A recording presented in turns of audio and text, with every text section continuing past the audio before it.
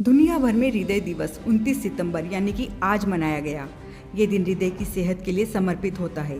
इसी कड़ी में रोहतक के पंडित वीडी शर्मा पीजीआईएमएस में हृदय रोग संबंधित जागरूकता फैलाने के लिए पीजीआई के एमबीबीएस छात्रों और अध्यापकों द्वारा बड़ा कार्यक्रम का आयोजन किया गया, जिसके अंतर्गत छात्रों द्वारा जागरूकता रैली निकाली गई, नुक्कड़ नाटक किए गए और पेंटिंग के जरिए हृदय के रोगों के खतरों को समझाया गया। इस दौरान स्वास्थ्य विज्ञान विश्वविद्यालय की कुलपति डॉक्टर अनीता सक्सेना ने लोगों को हृदय रोग के प्रति जागरूक रहने की अपील की। विश्व हृदय दिवस ये लोगों के अंदर जागरूकता पैदा करने के लिए कि अपने हार्ट का कैसे ख्याल रख सकते हैं, उसके लिए बनाया जाता है।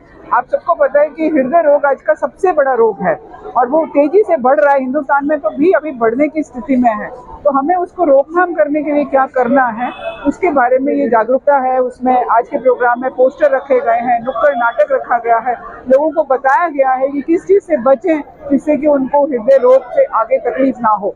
एक बार हृदय रोग हो जाए तो उसका कोई परमानेंट इलाज नहीं है, तो उसकी रोकथाम करना, उसको ना होने देना हमारा लक्ष्य होना चाहिए। क्या क्या ऐसे लक्षण जो जैसे हम जो हम लोगों को ब्लड प्रेशर की बीमारी होती है, कुछ लोगों को वो ध्यान नहीं देते हैं, ब्लड प्रेशर कंट्रोल नहीं होता, स्मोक करते हैं, और स्मोक करता है जो खुद और उसके सामने वाला, दोनों को ही रिस्क है। तो आप अगर स्मोक कर रहे हो तो आप अपनी फैमिली को भी रिस्क में डाल रहे हो।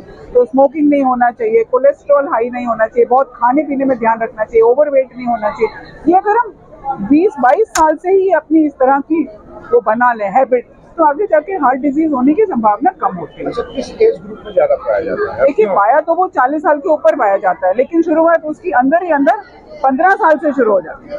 तो ये कहना कि हम 40 साल तक एंजॉय करेंगे, फास्ट फूड खाएंगे, उसके बाद शुरू करेंगे, बहुत लेट है। हमें पहले ही उसको करना है।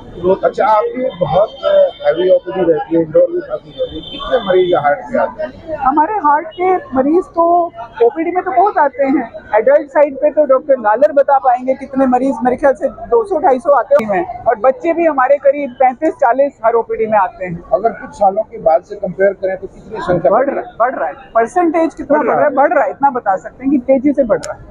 वर्ल्ड में क्या हम सबसे ज्यादा हैं हार्ट के पेशेंट? क्योंकि हमारी पॉपुलेशन सबसे ज्यादा है ना, इसलिए हमारा सबसे ज्यादा भी नंबर सबसे ज्यादा है। और जैसे दूसरे देशों में लोगों ने ये प्रिकॉशन लेने शुरू करे हैं, जो हाई इनकम कंट्री जैसे अमेरिका वगैरह, वहाँ पे अब नंबर एक्चुअली कम हो रहा है, लेकिन हमारा अभी भी ऊपर जा रहा है।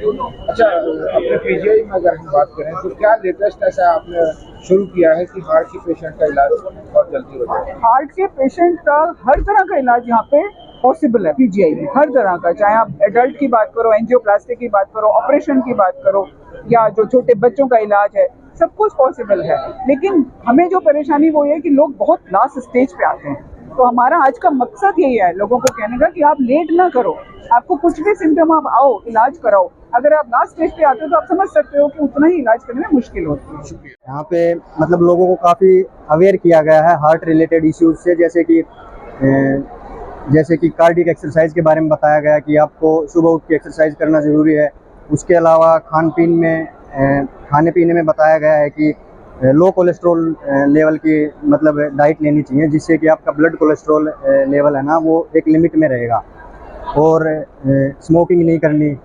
इसके अलावा अगर ड्रिंकिंग भी कम करनी है, रेगुलर एक्सरसाइज करनी है, और यहाँ पे ये कुछ चार्ट वगैरह से समझाया गया है।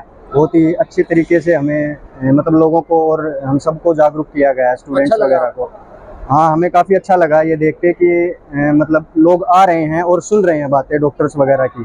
ये देख के हमें काफ़ी अच्छा लगा। और लोग आज जैसे कि इस मतलब जो हार्ट डिजीज़ आजकल कुछ ज़्यादा ही मतलब हो रही हैं, इस चीज़ को कंट्रोल करने के लिए लोगों में काफ़ी जागरूकता फैलानी ज़रूरी थी। और ऐसे प्रोग्राम अगर होते रहेंगे तो लोगों में भी मतलब खुद की हेल्थ के प्रति जागरूकता बढ़ेगी।